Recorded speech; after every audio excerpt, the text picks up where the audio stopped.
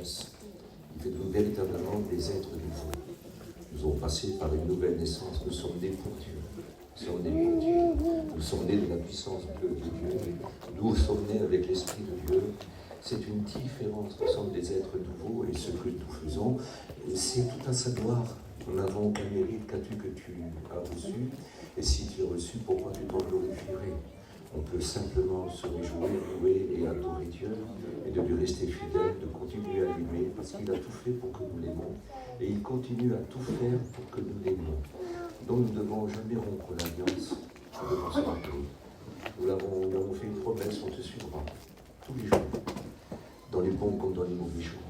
Tous les jours, on te suivra jusqu'à la fin. C'est une promesse qu'on a faite, une alliance que nous avons faite, c'est un traité que nous avons fait avec lui, toujours. Devenu le prince de la paix dans notre vie. On a eu un traité de paix avec lui. On était ennemis de Dieu. On était ennemis de Dieu, c'est ce que la Bible dit. On était ennemis de Dieu à cause de nos péchés. Et on était complètement morts à la vie de Dieu. Mais nous avons Dieu à la vie quand Christ est ressuscité des morts. Nous avons Dieu à la vie. Et maintenant, la vie que nous avons, ce n'est pas une vie qui nous appartient, c'est une vie qui nous a été donnée. Elle ne vient pas de nous-mêmes, c'est un cadeau qu'on a reçu. Tout n'est que grâce. Le jour de notre conversion et tous les jours de notre vie de fidélité. Et jusqu'à la fin, tout n'est que grâce. Et si sur la route, certains auraient pris un autre chemin, vous êtes encore prêt à reprendre. Et si quelqu'un parmi vous, chrétiens à ce moment-là, a péché, il a un avocat auprès du Père, Jésus-Christ le juste, qui est en victime expiatoire, intercède pour nous. Et ce qui est beau, il n'est pas seulement pour nous, mais pour le monde entier. Et c'est-à-dire partout où un pécheur se repent, qu'il soit non chrétien ou chrétien, partout où un chrétien se repent, Jésus intercède pour lui. Et quand Dieu prie pour nous, quand Dieu demande à Dieu le pardon, surtout quand ce Dieu-là a été couvert de blessures, surtout quand ce Dieu-là se présente comme l'agneau immolé, souvenez-vous ce que la Bible dit. Je crois que c'est dans le livre de l'Apocalypse, au chapitre 5, au chapitre 6, je ne me souviens plus trop bien, mais je crois que c'est 5. Il nous est écrit que dans le ciel, Jean, qui a passé par la petite porte, a vu des choses exceptionnelles, et puis surtout, il a vu l'ancien des jours, celui qu'on appelle Dieu, Dieu le Père, qui est assis sur son trône et puis qui tient dans sa main droite un livre qui est écrit en dedans et en dehors et qui est scellé de 7 choses. Et puis une voix s'écrie en disant « Qui est-il d'en ouvrir, de prendre le livre dans la main droite de celui qui est assis sur le trône et d'en rompre les sceaux ?» Et puis personne dans le ciel, et personne sur la terre, et personne au-dessous de la terre, personne n'est digne, personne, aucun ange, personne. Et puis à cause de ces culs-là, ainsi que Jean se met à pleurer, il a pleuré très fort, en sanglotant. Il pleure. Et il est écrit qu'autour du trône, il y a 24 trônes, et les 24 anciens sont assis, 24 vieillards sont assis, et que là, les 24 vieillards se lèvent et puis viennent à la rencontre de Jean et dit « Ne pleure pas, car le lion de la tribu de Juda, le rejeton de David, a vaincu pour prendre le livre et d'en ouvrir les sceaux. À l'instant même, sortant du trône, quelque chose d'exceptionnel, voici qu'un agneau immolé sort, c'est-à-dire un agneau égorgé, un agneau ensanglanté. Et puis, il s'approche, puis il prend le livre, et puis il l'ouvre. Et à ce moment-là, tout le ciel, les 24 vieillards, les anges, écoutez, les 4 êtres vivants, tout le monde a commencé à louer Dieu, à louer le Christ, en disant « Tu es digne de prendre le livre et d'en ouvrir les sceaux, parce que tu as vaincu. Tu as vaincu. » C'est une chose extraordinaire. Et puis le cantique continue en disant « Tu as racheté pour Dieu ton Père, des hommes de toute race, de tout lieu, de toute tribu et de toute nation. » Aussi beau, comme c'est exceptionnel. Et voyez-vous, les grands guerriers de ce monde, les grands héros de le monde, dans ce monde, on les décore avec des médailles. Mais lui, c'est ses pieds, ses médailles, c'est ses plaies, ses médailles, c'est sa souffrance, ses médailles, c'est son sang glacé, c'est son sacrifice. Lui aussi, c'est la victoire de sa résurrection. C'est toute sa force. Il a toute l'éternité entre ses mains. Il a reçu tout pouvoir dans le ciel comme sur la terre. C'est extraordinaire. Et nous avons ce bonheur-là, nous avons cette grâce-là de faire partie de cette alliance-là, car c'est une alliance de sang. Une alliance de sang. Il y a eu deux alliances dans la parole de Dieu. La première alliance, c'est celle que Dieu fit avec Moïse et Israël, la loi. Mais elle est quelque chose d'exceptionnel, parce qu'il est vrai, elle était sainte. Elle était sainte. Et c'était une alliance de sang. Mais elle avait un inconvénient, elle ne rendait personne parfait. Personne parfait. Celui qui avait péché avec un remords sincère, avec une repentance vraie, venait, à ce moment-là, il offrait son sacrifice, il offrait un sacrifice. Et puis le péché était couvert. Mais l'homme n'était pas délivré. C'était pas une nouvelle créature. N'était pas. Et c'était très très dur. Et c'était constamment à renouveler, à renouveler. Mais dans sa grâce, Dieu pardonnait quand même. Cet homme n'aurait pas été en enfer. Est-ce que vous voyez s'il était véritablement sincère et si au dernier jour, il était dans un état de sainteté. Alors c'était des efforts continuellement et personne ne pouvait changer cette loi-là. Personne, il n'y avait aucun qui ne péchait pas. Aucun ne péchait. Personne. Mais la nouvelle alliance, c'est une autre alliance. C'est une alliance divine. Elle était divine aussi, l'autre. Mais là, c'est Dieu, le Fils de Dieu, qui s'appelle Dieu. Dieu l'appelle Dieu, et il l'appelle Seigneur. Et il dit que tout a été créé par lui, absolument tout. C'est ce que nous lisons dans Hébreux chapitre 1, à partir du verset 9 et 10 plutôt. Et vous verrez quelle importance. C'est Dieu qui offre Dieu. C'est Dieu qui, la Bible dit, étant égal à Dieu. Il n'a pas regardé être comme une proie à arracher. Et puis c'est Dieu qui offre Dieu. Et c'est ce Dieu-là qui a vaincu pour nous. Et puis ce Dieu-là, écoutez, intercède pour nous. Et tout ce que Dieu demande à Dieu, Dieu est d'accord parce que Dieu a envoyé Dieu pour sauver le monde. C'est pour ça. Mais c'est exceptionnel. Alors on n'a pas envie de rompre l'alliance parce que lui n'a pas envie de la rompre. Le contrat, il ne veut pas le détruire. Il veut aller jusqu'au bout. Vous savez ce qu'il dit? Toi, tu ne demeureras pas fidèle. Mais moi, je demeurerai fidèle. Car Dieu ne peut se renier lui-même. C'est exceptionnel. C'est exceptionnel. Pourquoi je vous dis ça? Parce que parfois, il y en a qui mettent en oubli les promesses et les alliances. Et ils tournent le dos à Dieu. Et ils partent. On a rencontré toutes ces personnes-là. Je ne sais pas s'il y en a ici. Je n'en sais rien. Si Dieu m'aurait montré, je dirais à la personne tout seul. Mais il ne m'a rien montré. Mais je suis un prêcheur. Et je lis ce qui est écrit dans la Bible et je le cite tout simplement en croyant véritablement que les paroles que je dis, même que je suis un tas de poussière, ce sont des paroles divines. C'est pas moi divin, mais les paroles sont divines. Elles sont sorties de la bouche de Dieu. Et ça, c'est très important. Donc, c'est des paroles toutes puissantes qui peuvent tout arranger, qui peuvent tout régler, qui peuvent véritablement changer votre vie. Véritablement, si quelqu'un ne se sentirait pas à la hauteur, il n'est peut-être pas trop tard de réparer ces choses. On peut venir à la table qu'on appelle la table de la bénédiction, mais avec un remords sincère à partir du moment qu'on s'examine et qu'on se juge soi-même. Parce que celui qui s'examine et qui se juge soi-même n'est pas jugé par le Seigneur.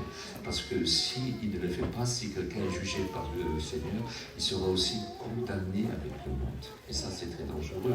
Et nous connaissons que la condamnation du monde, c'est quoi? Eh bien, tout simplement, la gêne.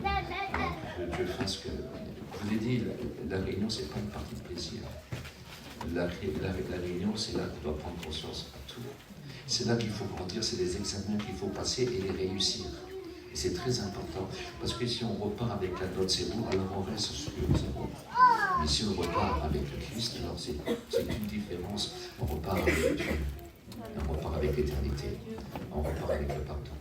Et ça, c'est très très important.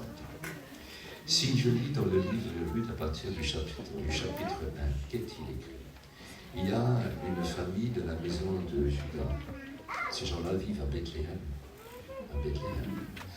Et il y a une famine qui se passe dans le pays, mais elle n'est pas bien grande, parce qu'écoutez, on n'en parle qu'une seule fois, c'est là. Une seule fois, un petit verset le dit.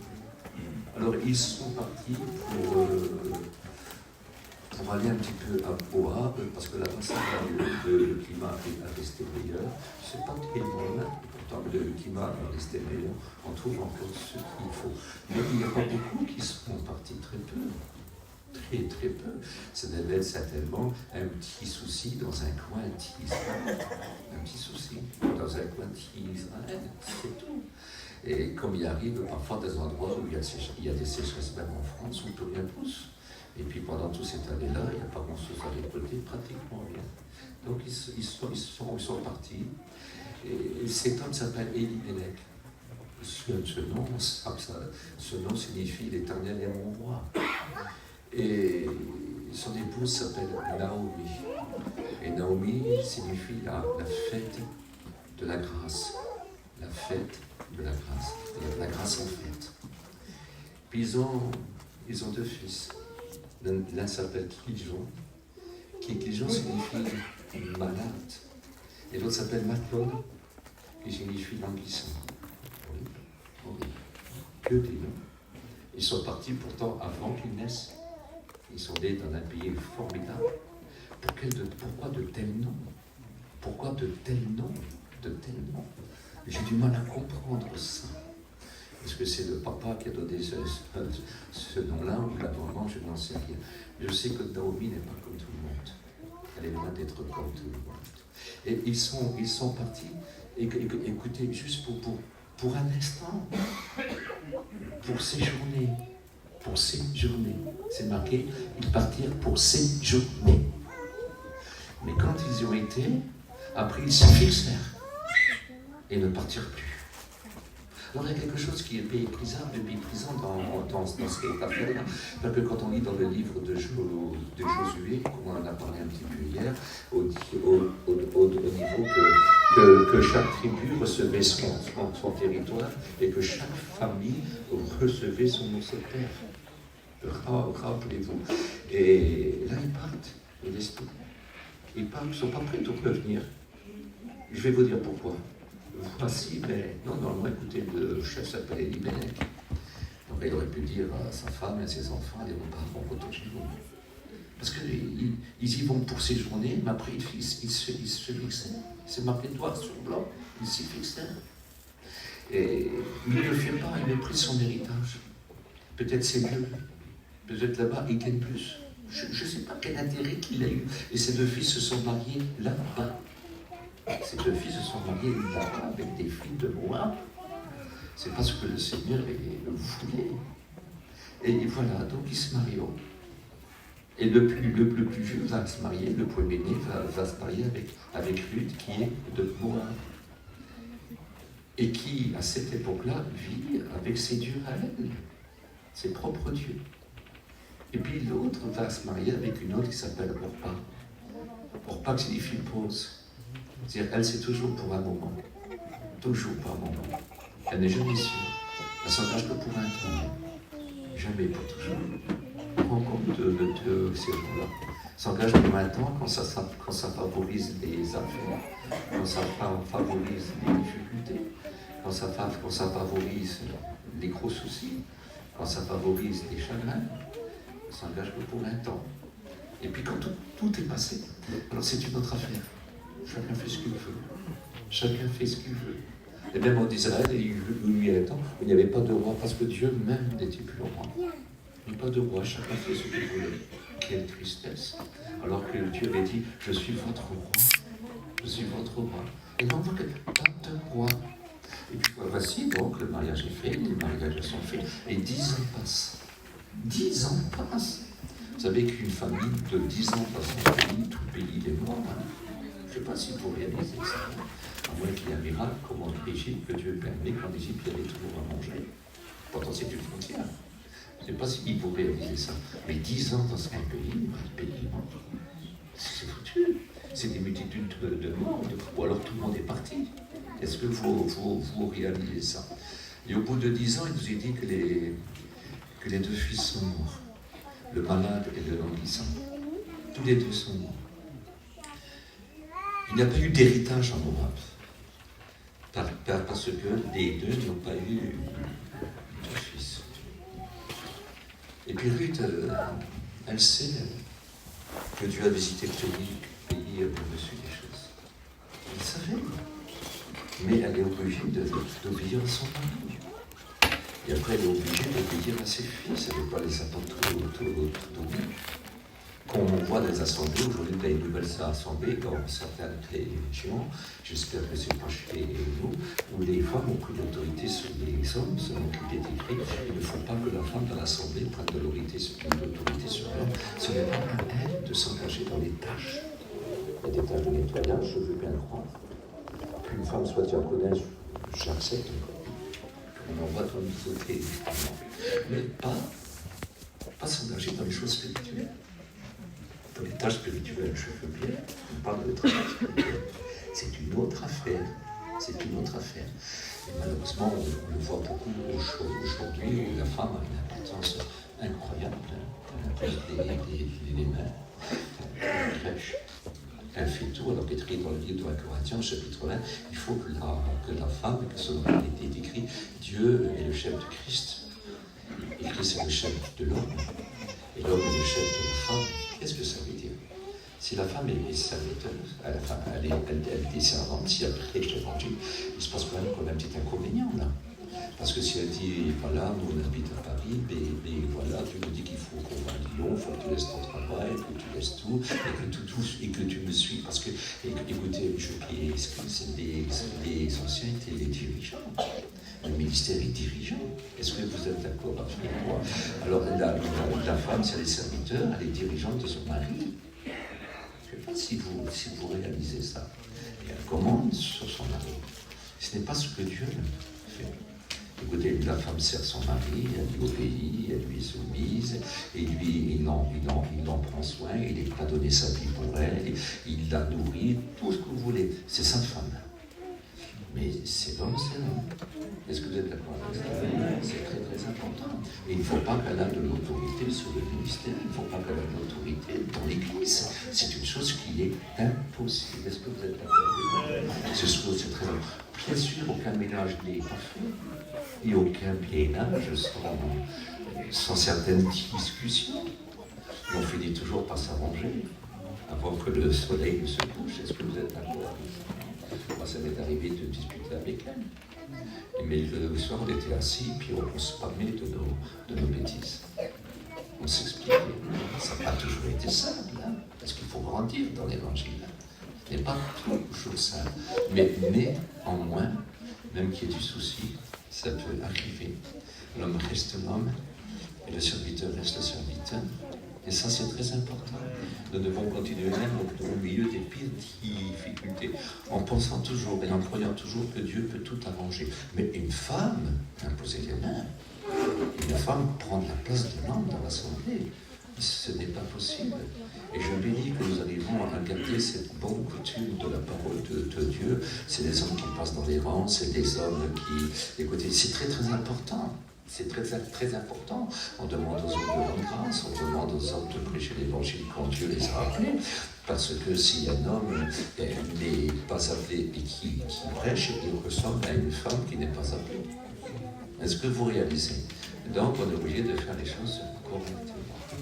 Donc, il se passe une chose, c'est que là, c'est triste dans la vie. Écoutez, ne méprisez pas votre héritage. Vous avez un héritage dans le ciel. Et quand votre plaisir, vous la trouvez en dehors du ciel, c'est très embêtant. Là, ils trouvaient leur plaisir comme chez les étrangers. Bien sûr, je ne dis pas qu'ils ont renié Dieu, mais ils ont désobéi à Dieu. Et je ne dis pas qu'ils ont été adorés d'autres dieux. Non, je ne dis pas ça. Mais ils n'obéissaient plus à Dieu. Et il fallait. Oh, qu'ils se tenaient bien, qu'ils étaient droits, honnêtes et justes, je veux bien croire aussi. Il y a des convertis, beaucoup d'inconvertis qui le sont aussi. Non? Mais ça ne fait pas la différence. Ce qui fait la différence, c'est de grandir dans la parole de Dieu et dans la volonté de Dieu. Justement, Dieu avait rassemblé Israël en Israël pour qu'elle vive en Israël. Est-ce que vous comprenez? Il dit, c'est votre pays. C'est mon pays, mais je vous le donne. C'est comme si il dit, je vous le loue, mais vous le payez avec votre amour pour moi et puis votre fidélité. C'est comme ça. Je vous le loue pour toujours. Pour toujours. C'est à vous pour toujours. Si bien qu'il est écrit, Tant qu'il y aura la lune, les étoiles et le soleil, ainsi Israël subsistera devant moi. Quelle importance, quelle importance. Mais écoutez, c'est un pays qu'on en est l'occupant que par amour, que par consécration, que par fidélité, que par fierté. Certains ont reçu un plus grand héritage que d'autres, mais c'était aucune importance. Ce qui est écrit même dans le Nouveau Testament pour nous, que chacun se contente de ce qu'il a. Parce que ce qu'il a vient de Dieu, et de vous en moins l'aura dit de Dieu, vaut mieux que le caviar du diable, non? Parce que le caviar du diable, c'est le caviar de la désobéissance. Quand on a rompu l'alliance, et qu'on fait d'une manière qui n'est pas biblique. On a le droit d'être milliardaire, mais on a aussi le droit d'être pauvre. C'est magnifique. C'est magnifique. Parce que pour Dieu, les deux ont la même valeur si leur esprit est humilié comme nous l'avons entendu hier. Ils marchent pour Dieu. D'accord? Et ça, c'est très, très important. Donc, le pauvre ne jalouse pas celui qui est riche et que le riche ne méprise pas le pauvre. C'est tout ce que la Bible demande. Amen. C'est très important. Souvenez-vous qu'il est écrit aussi qu'il y avait les chrétiens, c'est l'apôtre Paul qui en parle, qui avait pour patron des chrétiens. Et puis Paul va leur dire, donc, si c'était des patrons, c'est que c'était des gens bien, c'était des gens riches, ils habitaient certainement dans des plus belles maisons, et puis ils avaient des moyens de locomotion pour voyager beaucoup mieux que d'autres, parce qu'ils sont plus riches. Mais ils engageaient beaucoup de chrétiens pour travailler. Alors il est écrit, si vous avez pour maître, pour patron des chrétiens, servez-les autant plus, sachant que comme vous, ils ont part à l'héritage. Ils ont part à l'héritage céleste. Qu'on soit pauvre ou riche, on a le droit d'avoir part à l'héritage céleste. Est-ce que vous êtes d'accord avec moi? Que personne ne méprise celui qui a bu de lui. Au contraire, réjouissez-vous avec ceux qui réjouissent. Et pleurez avec ceux qui pleurent. C'est ce que la Bible dit. Parce que c'est mal fait, vous savez. On parle sur le pauvre, on dit que c'est un fainéant. On parle sur le riche, on dit que c'est un voleur. Mais c'est pas vrai, pas un chrétien. Le chrétien n'est pas comme ça. Est-ce que vous êtes d'accord? C'est pourquoi je vous dis je n'en sais rien. Je n'en sais absolument. C'était pas prévu dans mon programme, mais je le dis et dit parce que voilà, ça sort, c'est dans la prédication. Je vous l'ai dit, je suis un prêcheur. Et je demande toujours à Dieu, aide-moi, de ne pas faire du mal, de ne pas blesser, mais de dire simplement ce que tu veux dire. Tu crois, quand toi tu lui parles, tu es doux, tu es humble, tu es simple. Et tu veux bénir, tu veux pardonner, tu ne parles jamais pour rien dire. Quand tu mets la main sur la plaie, c'est pour la guérir. Et ça, c'est important. Hein? Donc, voilà, écoutez, c'est pas, il y a un malade là, parce qu'il n'y a pas plus grand que...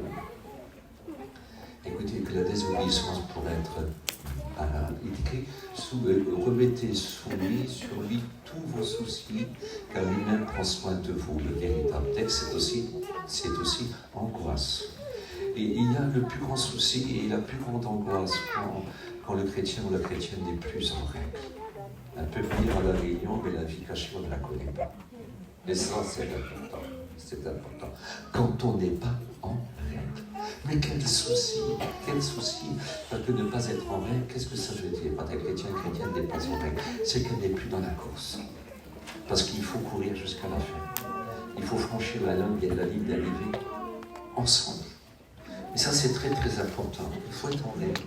Et c'est une maladie terrible, ça, même si on a une bonne santé, même si la vie marche bien. Écoutez, quand on est malade spirituel, c'est une maladie qui mène à la mort. Donc, faire très attention. C'est ce que c'est que la mort, surtout la deuxième mort, c'est la gêne. Le chrétien peut mourir autant que la converti. Mais seulement, le chrétien ne connaîtra pas la seconde mort. Elle se produit après le jugement dernier et elle se trouve dans la géhenne pour l'éternité. Et ça, c'est embêtant. Non, est-ce que vous êtes d'accord avec ça? C'est biblique, n'est-ce pas? C'est biblique. Alors, bien sûr, on a toujours eu, écoutez, sur 52 ans, j'ai dû demander pardon aussi à Dieu. Bien sûr, il faut demander pardon. Si quelqu'un parmi vous a péché, vous savez ce qu'il dit? Vous demeurez pas fidèle, mais moi je demeurerai fidèle, car Dieu ne peut se relier lui-même. C'est bon ça, hein? Vous n'êtes pas fidèle, vous pouvez rester, vous pouvez avoir des moments d'infidélité, mais moi je demeure fidèle. Mais fidèle pourquoi? Pour te sauver et te pardonner. Et ça c'est important, très important. Et lui, il est malade, et l'autre il est languissant, jamais content. Jamais content. Sa vie est triste, sa vie est bouleversée, elle n'a pas de... Mais c'est pas pour Dieu, parce qu'il aurait pu dire, moi je veux retourner chez moi. Je veux retourner chez moi. Et c'est pas au bout de 10 ans qu'il faut y penser. Parce que si on connaît l'histoire des 10 ans, ce qui s'est passé en Israël, c'est un petit peu long, un petit peu trop long pour s'en parler. On se retrouve avec Saül, on se retrouve avec des tas de choses. Tout a changé, c'est plus pareil. Écoutez, il n'y a pas de famille avec Saül, il n'y en avait pas.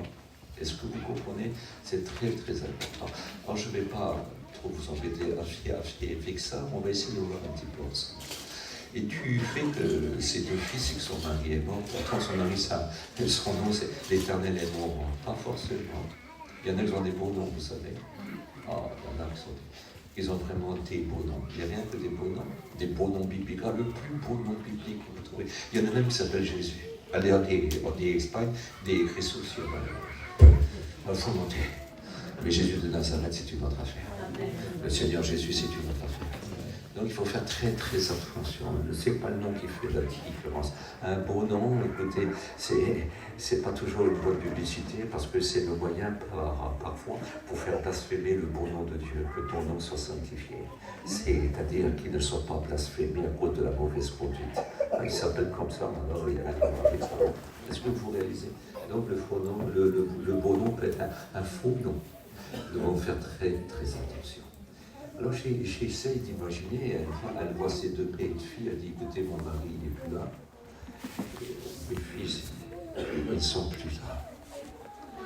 Je suis regardé, Dieu m'a tout pris. Elle le dit, Dieu m'a atteint. Dieu m'a atteint. Et puis elle dit comme ça, retournez chez vous. Retournez chez vos dieux. Je n'ai plus de fils à vous offrir. Et je n'ai pas l'âge pour me remarier et avoir d'autres fils. Donc ce n'est pas la peine. Est-ce que vous attendez ça de toute façon? Je vous dis comme c'est écrit, je ne peux être plus poli que la Bible, toujours cru. Non. La Bible, elle n'est pas crue. Et je ne veux pas être plus cru que la Bible. Je veux tout simplement une chose. C'est qu'écoutez, on peut rouler le bouchon, mais avaler le chameau. Il faut mieux être ce que la Bible dit. C'est beaucoup plus important. Et il se passe une chose alors que les nouvelles filles, non, on va avec toi. Mais lui s'appelle Orpa, puis Orpa c'est pause. C'est un grand mot, c'est juste une pause. C'est momentané. Et puis vous savez ce qu'elle dit, Ruth? Retournez chez votre mère et retournez chez vos dieux.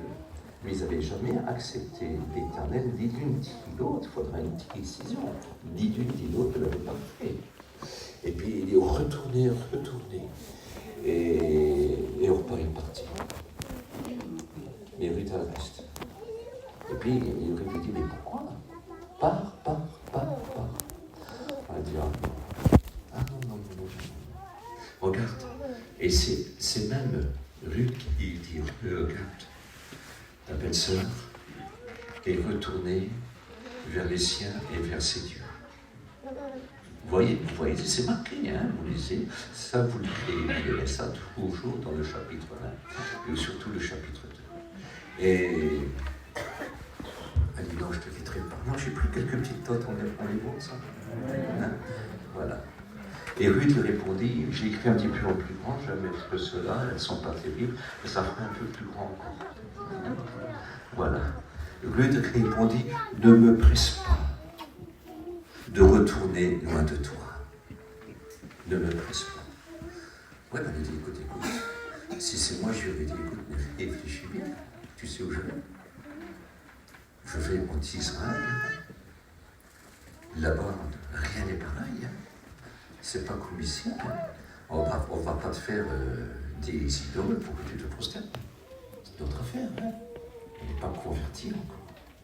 Elle n'est pas encore convertie, mais là, elle veut se donner à Dieu. De tout son cœur. Vous savez ce qu'elle dit? Écoutez, si c'est beau ça.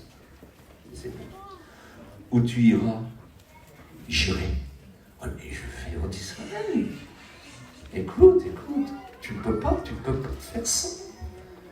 Ce n'est pas possible. Tu n'auras plus tes faux dieux, tu n'auras plus ta mère, c'est une autre affaire, c'est plus pareil. Là-bas, tu ne mangeras pas ce que tu voudras. C'est une autre affaire, Israël. Écoutez ce qu'elle dit. Où tu demeureras, je demeurerai. Arrête. Arrête. Et elle insiste, elle insiste, elle insiste, elle insiste, elle insiste. Mais arrête, tu ne sais pas à quoi tu t'engages là. Puis elle lui dit, tu sais, ton peuple sera mon peuple. Alors là, c'est différent. Parce que ça, c'est le peuple de Dieu. Il est appelé peuple de Dieu. Je vous promets. Il est appelé peuple de Dieu. Dieu dit, vous êtes mon peuple. Vous êtes mon peuple. C'est différent, mais attention. Écoute, ton peuple sera mon peuple. Il faudra des changements que tu vas faire avec ton Dieu. Donc Dieu à toi. Bon, alors elle n'avait pas d'accord. Écoute ce qu'elle dit. Et ton Dieu sera mon Dieu.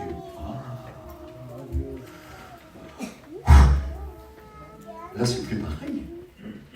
C'est plus pareil. On doit savoir à quoi qu'on s'engage. Écoutez, on doit savoir à quoi qu'on s'engage. Ce n'est pas simple. Ce n'est pas simple. Parce que là, tout doit changer. L'héritage, tout change. Hein? Écoutez, c'est une autre affaire. C'est une autre vie. Parce que celui qui est à Dieu n'est plus du monde. Ne fait plus partie du monde. Il fait partie du peuple de Dieu. Même s'il y aurait un roi avec des cheveux et des cils, tout ce que vous voulez, le véritable roi, c'est Dieu. C'est Dieu. Le seul qu'on doit adorer et même mourir pour lui, c'est le faux en désobéissant à un roi qui n'est pas bon, c'est Dieu. Pour Dieu, on peut même mourir. On peut même mourir parce qu'on n'est pas d'accord, parce que la loi nous enseignerait ou la loi nous forcerait à faire si ce n'est pas ce que Dieu veut. Est-ce que vous êtes d'accord? Vous savez qu'aujourd'hui, dans le monde, il y a beaucoup de persécutions. Je ne sais plus combien tu m'as dit qu'il y a de persécutions dans le monde de chrétiens. 362 millions seulement. Toute l'Amérique. Toute l'Amérique. Je ne sais pas si vous imaginez, et c'est ce qu'on se trouve dans le monde, 362 millions de persécutés. Il y en a qui perdent leur vie. Est-ce que vous savez que dans certains pays, parce que les chrétiens se convertissent, on prend leurs enfants, on les met dans des maisons islamiques ou communistes? Est-ce que vous savez ça? C'est une chose qu'on ne peut pas comprendre. Les hommes, ils font des 10 ans, des 15 ans, des 20 ans, des 40 ans de prison. Certains en meurent en prison, mais beaucoup sont aussi assassinés. Vous savez ce qui se passe dans certains pays? Ils ont levé une milice. Une milice, c'est un commando pour les chrétiens. Et ils disent dans toutes les usines, tout partout, dans les ateliers, dans n'importe quel, même dans les commerces, tout ça, ils disent s'ils vont rencontrer un homme qui est gentil, une femme qui est gentille, ça ne boit pas, ça ne fume pas, c'est pas grossier, c'est pas mal poli, ça ne refuse pas du travail en plus, ça rend toujours service, ça ne fait pas attention à la crânerie quand on se moque, quand on les accuse. Écoutez, ça reste toujours gentil, ça a toujours un sourire, parce que dans ces pays-là, ça boit beaucoup et ça se drogue beaucoup et ça fait beaucoup de choses et ça aime beaucoup ce qui est mal. Mais quand vous rencontrez ces hommes-là, appelez-nous. Quand vous rencontrez ces femmes-là, appelez-nous. Et ils viennent. Le patron voit ça parce qu'il ne faut pas qu'il soit traître, parce que lui, il se fait... Non, il est obligé de le dire, le contremaître, le dit au patron, le patron appelle cette milice. Et la milice vient. Elle va trouver cet homme ou cette femme. Bonjour. Écoutez, on entend d'ici des choses de vous, le patron fait des éloges, de l'ouvrier que vous refusez jamais une heure de plus, il faut travailler, vous faites n'importe quoi, vous êtes toujours gentil, pas de celui qui te demande, c'est ce que la Bible dit. Alors toujours bonjour. Et à partir de ce moment-là, on se dit, tu sais qui c'est qui fait ça? Il y a que les chrétiens qui font ça. Je sais que les chrétiens ne demandent pas.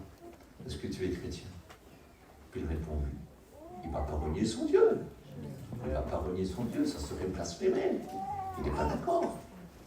Il dit oui, puis il est pris, puis il est mis en prison. Ses enfants sont placés. Si sa femme, elle dit oui aussi, elle se retrouve en prison aussi. Voilà ce qui se passe à ce moment. Et puis ils sont en prison pour des années, puis de temps en temps on les visite en disant te rends tes enfants, tu retrouves ton épouse si elle est d'accord avec toi.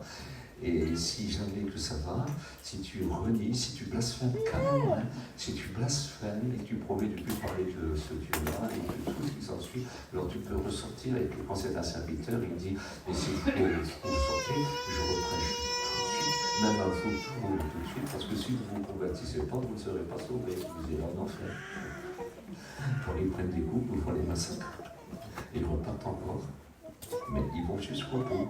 La Bible dit sois fidèle jusqu'à la mort, et ça paraît une mort comme là, mais ils ont la force de le faire parce que cette force-là ne vient pas d'eux, elle vient de Dieu, qui les a rendus capables d'une alliance excellente. Qu'est-ce que c'est pour vrai? Ton peuple sera mon peuple, et ton Dieu sera mon Dieu. Si vous réalisez ça, je ne sais pas, ça nous échappe. Quelque chose de tellement grand, mais c'est ce qu'on a fait, nous. C'est ce qu'on a fait.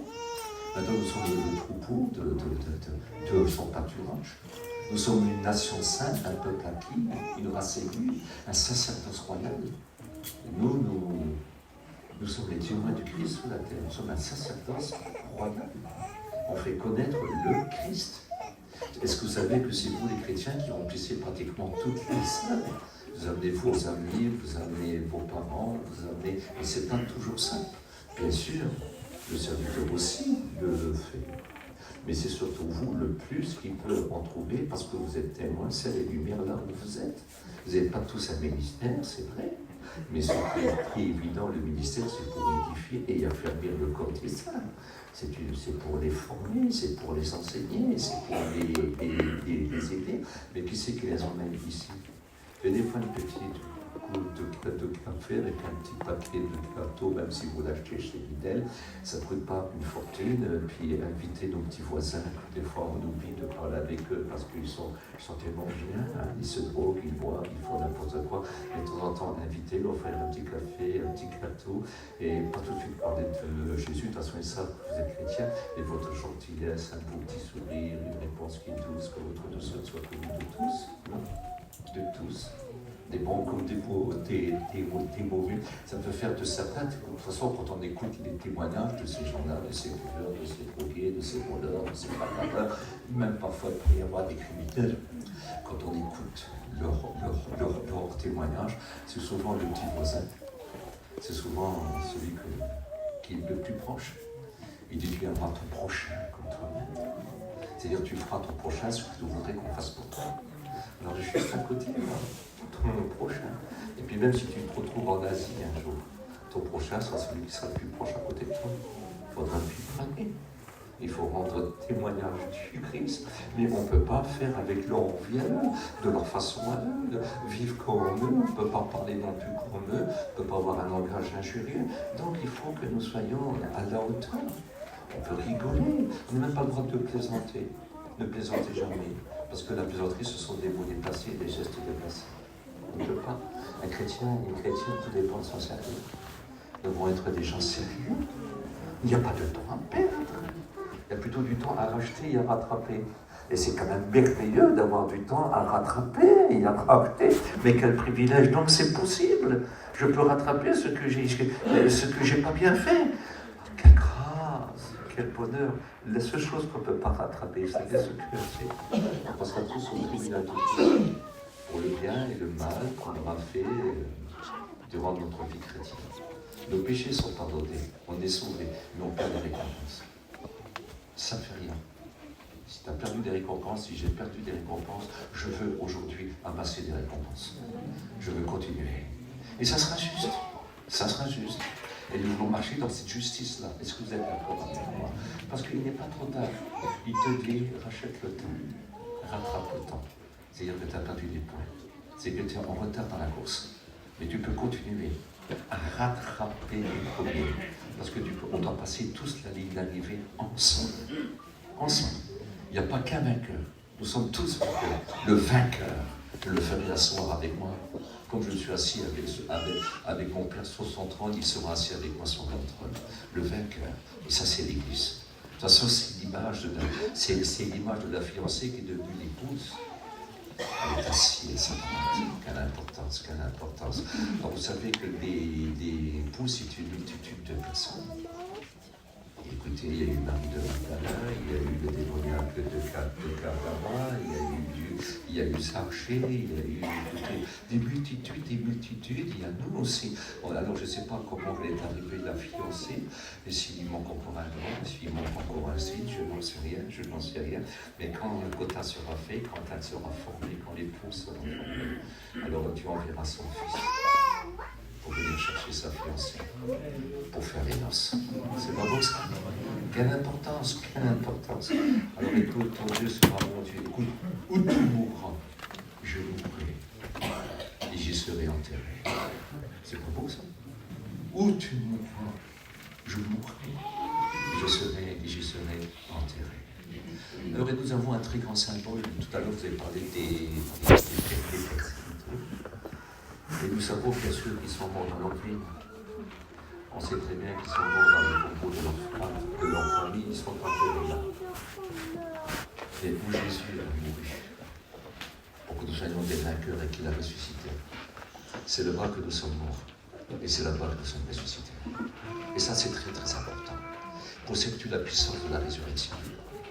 Nous avons une mort spirituelle. L'amour physique n'est pas quelque chose de très très important. Si nous avons la vie spirituelle, nous possédons la puissance de la résurrection. Jésus a dit en vérité, vous le dit, celui qui croit en moi a la vie éternelle, Jean 6, 47. Mais ce qui est très très important, celui qui est mort vivra quand même, qui serait mort. Vit quand même. C'était que le Saint-Esprit ne nous quitte jamais. C'est marqué, hein? Il disait, je crois que c'est dans Jean chapitre 16 ou 14, mais je crois que c'est 16, il dira comme ça, le Saint-Esprit viendra, et puis il sera avec vous éternellement. Même je suis mort, l'Esprit est avec moi. On a du mal à comprendre, même si j'étais brûlé, même si ça fait 2000 ans, si mon corps n'exclut que tout est poussière, si j'étais dévoré par les bêtes, Jésus, le Saint-Esprit est là. Et il te voit. Il te voit toujours. C'est grand Dieu. Tout est possible à Dieu. Il n'y a rien d'impossible à Dieu. Il n'y a pas de limite en Dieu. En quoi que ce soit. Quoi que ce soit. Il nous a rendu à la vie spirituelle, à Golgotha. Car nos péchés ont été crucifiés là. Mais tous nos nouveaux péchés qu'on a pu faire pendant toutes ces années sont encore crucifiés là-bas. Parce que c'est sur le corps qui a ressuscité et qui a été sur ce croix-là que nos péchés ont été faits. C'est toujours par le sang précieux qui a coulé il y a 2000 ans. C'est pas beau ça. Mais c'est exceptionnel ça. C'est-à-dire que tu peux tout rattraper. Parce qu'il y a quelque chose qui est particulier. On peut rencontrer dans la vie des gens qui sont des véritables chrétiens et qui sont infirmes. Qui ont des difficultés, qui n'ont pas eu de croissance. Certains sont morts sur la route. Et c'est le physique ça. Et la vie spirituelle, c'est notre affaire. L'être intérieur qui se renouvelle, toujours. Si l'extérieur se détériore, pas l'intérieur. Il y en a qui s'est déjà abîmé à la naissance, détérioré à la naissance. Mais la vie nouvelle, c'est une autre affaire. C'est une autre affaire. Et ce que je voudrais essayer de vous faire comprendre ce matin, c'est que le tombeau du Christ est vide. Parce que c'est le tombeau du vainqueur. Et puis, Golgotha nous donne de l'assurance, parce que si Christ ne serait pas ressuscité, on serait encore dans nos péchés, on serait perdu. Mais il est ressuscité, et notre foi se révèle. Il est ressuscité. Nous avons un nom dans le ciel, parce qu'à Golgotha, nous avons la vie. Christ a ressuscité. Et ça, c'est très important. Si même Paul dit, si j'aurais à me glorifier, si j'aurais à me glorifier, écoutez, je me glorifierai de la croix du Christ, dans lequel, pour moi, le monde est mort. C'est-à-dire, c'est là-bas qu'il est mort pour nos péchés sont effacés. C'est là-bas qu'il est ressuscité. On ressuscite. La promesse y est. La promesse y est. Mais c'est exceptionnel, ça. Et j'attends ça. Et j'attends ça véritablement. Quelle grâce, quel bonheur quand ces choses seront accomplies. Quel bonheur quand l'Église sera enlevée. Quel bonheur, quel bonheur. Écoutez, ne perdez pas votre temps des choses vaines et inutiles. Mais à quoi que ça sert? À quoi que ça sert? Elle est retournée, elle n'a pas pu résister à sa belle-fille. Elle lui a dit oui, parce qu'elle a dit, ton Dieu sera mon Dieu. Ton peuple sera mon peuple. Où tu es, toi, je sais que c'est beau à côté. Mais quelle belle chose que... Mais Naomi devait être extraordinaire, elle était obligée d'être soumise à son mari et à ses fils. Incroyable. Obligée. Alors, son cœur n'y était pas. Mais elle a retourné. Elle va dire, parce que Dieu m'a marqué. Elle dira, parce que Dieu m'a atteint. Dieu l'a atteint. Elle dit, je retourne, et quand elle arrive, elle dit, ne m'appelez plus Naomi, qui signifie la grâce en fait. Non. Appelez-moi Mara. amertume. Appelez-moi Mara. Quelle chose. Mara, c'est fait du temps de Moïse. Je ne rentre pas dans tous les détails. Appelez-moi Mara. Oui, mais seulement la grâce est refaite. Elle est bénie de façon particulière. Ce n'est pas ça, parce qu'elle n'a plus rien quand elle arrive. Elle n'a plus rien. Je ne vais pas rentrer dans tous les détails de ce qui va se passer. Mais voir aussi que Ruth a quelque chose de particulier, c'est que Ruth a appelé à tout le monde. Donc elle est vraie. Elle est plus israélite que les Israélites. Elle est fidèle d'une façon particulière à Dieu, et ça, ils le voient. Et puis, vous savez, ceux qui disent, tu vois dans ta belle-fille, là, elle est meilleure pour toi que 10 fils. Qu'est-ce que c'est pour? Elle va se marier avec un monsieur qui s'appelle Boaz. Je ne rentre pas d'autres détails. Et puis, elle aura un fils qui s'appelle Obed. Et Obed aura un fils qui s'appelle Isaïe. Et Isaïe aura un fils qui s'appelle David, le roi David. Et qu'est-ce que c'est beau! Qu'est-ce que c'est beau! Dieu dit, j'appellerai mon peuple, celui qui n'était pas mon peuple. J'appellerai mon peuple. C'est beau ça. Et ça, c'est pas dans le Nouveau Testament, c'est dans l'Ancien Testament. J'appellerai mon peuple, celui qui n'était pas mon peuple. Et nous sommes son peuple ce matin. On n'a plus besoin de le chercher, ou alors il faut revenir, se reconvertir, refaire alliance. Vous savez que dans la vie normale, en temps de guerre, quand nous sommes en temps de guerre, on est tapé le bon soldat. S'il ne s'embarrasse pas de la vie, il ne s'embarrasse pas de tout ce qu'il possède, il ne s'embarrasse de rien du tout, et il ne s'embarrasse même pas de sa vie. Alors, c'est Dieu qui l'a donné pour le Christ, ça vient c'est quand la Bible débute, ce que nous avons entendu, le nombre impressionnant, 62 millions passés de chrétiens persécutés. Combien ont été tués? Combien ont été tués? Combien sont morts de maladie? Combien sont morts de gelée, de carrément gelée? Écoutez, dans certains pays, on les met sur des pierres froides, comme ça. Et puis il fait très très froid, comme en Sibérie par exemple. Il fait très très froid. Et ils dorment sur ça, puis il y a de l'humidité, puis ils sont à peine vêtus. Alors ils attrapent la tuberculose, et des maladies terribles, et des méningites terribles. Et beaucoup meurent par des faits violents, de façon particulière. Des tortures, on a du mal à comprendre. Il reste fidèle. Allez-vous comprendre que le prophète, comment on l'appelle encore celui-là, il y avait donc Paul, Barnabas est reconnu à un certain moment comme étant un apôtre. Je ne me rappelle plus, il y avait un prophète, là, ça m'échappe, je suis fatigué un petit peu, et ils sont dans la prison, puis ils chantent. Mais ils sont couverts de plaies. Ils ont été roués de coups. Pas seulement découvrés, mais roués de coups, c'est-à-dire un coup de pied dans le ventre. Ils ont souffert. Et puis dans la prison, ils sont attachés comme ça, et les pieds aussi. Bien sûr, ils sont assis, très mauvaise position, ils souffrent. Mais ils chantent des cantiques, et tous les prisonniers les entendent. Et ça ne plaît pas aux prisonniers. Et c'est au niveau du tremblement de terre que Dieu fit que les chaînes se détachent de leurs pieds, de leurs mains. Ils étaient dans des cercles, tout ça va. Mais tous les prisonniers aussi, toutes les portes s'ouvrent. Mais aucun ne quitte la prison, parce qu'ils écoutent l'apôtre et le prophète. Toute la prison serait convertie, ils auraient pu se sauver, ils auraient pu se sauver. Celui qui devait les garder, c'est le geôlier de Philippe, et veut se tuer. Paul dit, ne te tue pas, nous sommes tous là. Parce que c'est beau, il ne manque pas un seul prisonnier. Les prisonniers ont trouvé la vie et la véritable liberté, même s'ils vont être enfermés encore. Mais la véritable liberté. Avant, ils étaient, écoutez, même en prison, dans les chaînes, quand on a le Christ, on est libre. Parce qu'on a la force de dire oui à Dieu et non à toute chose. C'est bon ça. C'est une sacrée liberté, ça. Hein? C'est une sacrée force. Hein? C'est pour ça que la joie et la paix se donnent des fois souvent dans les circonstances horribles. On pense qu'on ne s'en sortirait pas. Oui, ça dure qu'un petit moment.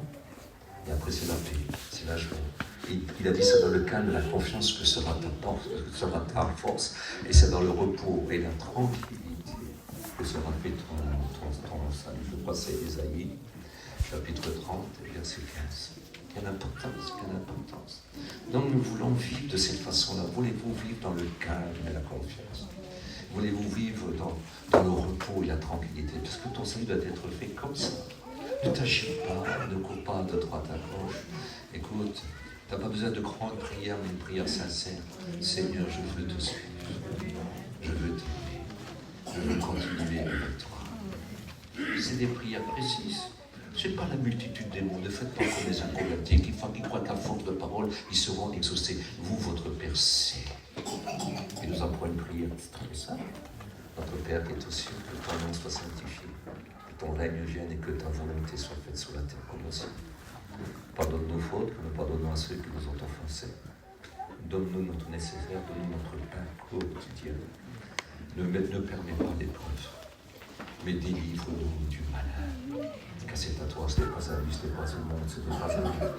Car c'est à toi qu'appartient la puissance, le règne. Non, quelle importance, c'est à toi et la gloire, c'est à toi, c'est à toi. Nous sommes conduits, une prière qui dure 20 minutes, je ne sais pas si elle fait 25 secondes, même pas 25 secondes, peut-être 15, ça va tellement vite, mais si c'est fait du cœur, il dit quand vous priez, vous dites. Alors bien sûr, ce n'est pas le réciter dans ces mêmes détails, mais si on voudrait en parler, il y a 11 points. 11 points. Il y a tout le nécessaire. Bien sûr, nous on le dira d'une autre façon. Mais quelle importance. Ce n'est pas en multipliant les paroles que tout ira mieux. Ce qui compte, c'est de savoir prier, de rester là pour lui, attendre qu'il nous parle, notre pensée nous vient, on commence à prier, et puis on dit non, on est là pour toi. Voilà. Il faut mieux dire peu de mots, mais dire un mot sensé, qui vient de Dieu. Et on attend que Dieu nous parle, qu'il nous révèle, qu'il nous fortifie. Et puis on peut commencer à prier pour un tel, pour un tel, pour un tel. Tout ce qui nous passe là, on prie, Seigneur, bénis-le, bénis-le. Pas peine de faire du détail, il connaît ce qui ne va pas chez les gens. Il connaît. Pas peine de réciter, je veux comme ça, de ces couleurs-là, de ces grandeurs-là. Non, Dieu sait ce qu'il doit faire. C'est tout. Est-ce que vous êtes d'accord? Est-ce que vous êtes d'accord? Et ça, c'est très, très important. Très, très important. Ce que je voudrais tout simplement ce matin, ça sera la conclusion de ce qui est le message. Est-ce que vous serez d'accord de renouveler vos vœux ce matin? De renouveler vos vœux. De renouveler vos décisions. Renouvelez, s'il vous plaît, vos décisions. C'est très, très important. Écoutez, je pense que de la vie, tout le monde en a eu. Et il y a toujours des choses à rattraper. Peut-être, écoutez, on n'a pas fait le mal. Mais un tel nous plaît pas, l'autre nous plaît pas. Entre eux que ça nous plaît pas et lui tourner le dos, de ne pas être pour lui s'il en a besoin, de ne pas lui parler gentiment. On n'aime pas ce qu'il fait, mais on ne peut pas le détester lui. Est-ce que vous êtes d'accord avec ça? Que si vous faites du bien qu'à ceux qui vous font du bien, les inconvertis en font tant? Non? Non. Donc c'est une autre affaire. Donc faire ce qui est bien. Nous sommes des gens de l'amour de Dieu. Et la Bible nous dit que l'amour de Dieu est répandu dans nos cœurs par le Saint-Esprit qui nous a donné. C'est un Saint-Esprit d'amour qui nous emmène dans toute la vérité. Et vous savez, je ne vais pas aller beaucoup plus loin, mais tout simplement vous rappeler une chose. Et ça, c'est très important. Et j'entends parfois des chrétiens qui disent « Oh, je suis triste, c'est pourtant ils ne sont pas voleurs. Ils sont gentils. » Ils font des tas de bonnes choses. Ils sont gentils, ils sont très honnêtes. Mais on rencontre ça aussi chez les inconvertis aussi. Des gens comme ça. Écoutez, il y a des médecins sans frontières qui sont riches, qui ont des cabinets à Paris, mais qui plutôt. Et qui partent pour s'occuper des lépreux et des pestiférés jusqu'à la fin de leur vie. Ils se ruinent pour ces gens-là. Ils n'ont pas le Christ. Ça ne suffit pas pour être sauvé. Mais imaginez ces gens que toutes les portes s'ouvrent pour eux. Et qui se débarrassent de tout. Pour aller aider les désirés, qui se font pauvres. Ils sont honnêtes, ils sont gentils, ils ne font mal à personne. Personne. Certains meurent même. Mais ils y vont. Mais ça ne suffit pas. S'il n'y a pas le Christ, s'il n'y a pas l'amour du Christ, tu n'es rien. La Bible dit que si l'amour de Dieu n'est pas en toi, si ce n'est pas par amour pour Dieu, il n'y a rien. Et même la plupart de ces gens-là en sont même athées, et ils sont révoltés contre Dieu, en disant si Dieu existerait. Est-ce que vous réalisez ça? C'est différent. Nous, on a de l'amour même pour nos ennemis, on a de l'amour pour ceux qui nous persécutent. On ne réclame même pas notre bien à celui qui s'en empare. Vous savez, j'ai vu tellement des chicanes pour ça. Oh, il a fait ça, oh, il a fait ça, etc.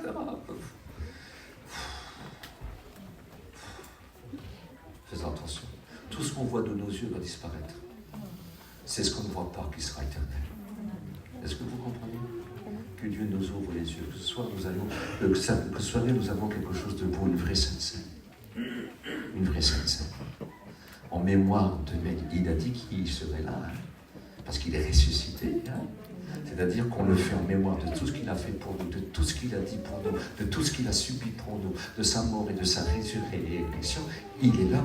Oui, mais attention, tout ce qu'il a fait pour nous, c'est pour nous donner des chances. À partir du moment que nous prenons ça véritablement en mémoire de lui et qu'il est là, ce matin, il peut se passer des miracles, sans compris pour personne. Il est là. C'est la table de la bénédiction. C'est la table de la délivrance. Délivre, corps, âme et esprit. C'est qu'il peut y avoir de mal dans notre corps. Il peut même avoir des guérisons ce matin, sans compris. Mais si on le prend tout entier, parce qu'il faut Jésus tout entier. Pas Jésus à moitié, tout entier. C'est important. Du coup, nous prions.